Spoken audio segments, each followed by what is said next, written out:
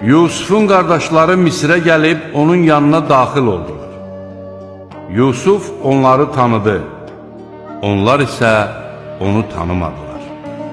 Yusuf onların ərzaq yüklərini hazırlayarkən dedi: "Ata bir qardaşınızı yanıma gətirin. Məyər görmürsünüzmü ki, mən ölçüyə tam riayət edirəm və mən qonaqpərvərlərin ən yaxşısıyam? Əgər onu yanıma gətirməsəniz, mənim yanımda sizin üçün bir qab belə ərzaq verilməyəcək. Özünüz də mənə yaxınlaşmayın." Onlar dedilər: "Ona görə atasını razı salmağa çalışarıq. Biz əlbəttə bunu edərik."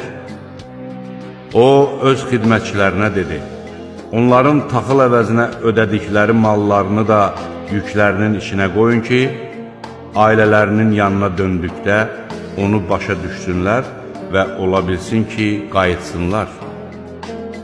Onlar atalarının yanına qayıtdıqda dedilər: "Ey atamız, daha bizə ərzaq verilməyəcək. Ölçüb ərzaq almaq üçün qardaşımızı bizimlə birlikdə göndər. Şübhəsiz ki, biz onu qoruyacağıq." O dedi: "Daha öncə qardaşını sizə etibar etdiyim kimi, heç onu sizə etibar edə bilərəmmi? Allah daha yaxşı qoruyur. O, rəhimlilərin ən rəhimlisidir."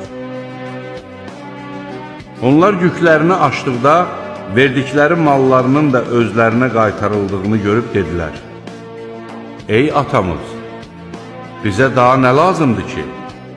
Budur, sərmayəmiz özümüzə qaytarılır. Biz ailəmizi ərzaqla təmin edər, qardaşımızı qoruyar və bir dəvə yükü artıq ərzaq alarıq. Bu isə satın aldığımızın az bir miqdarıdır."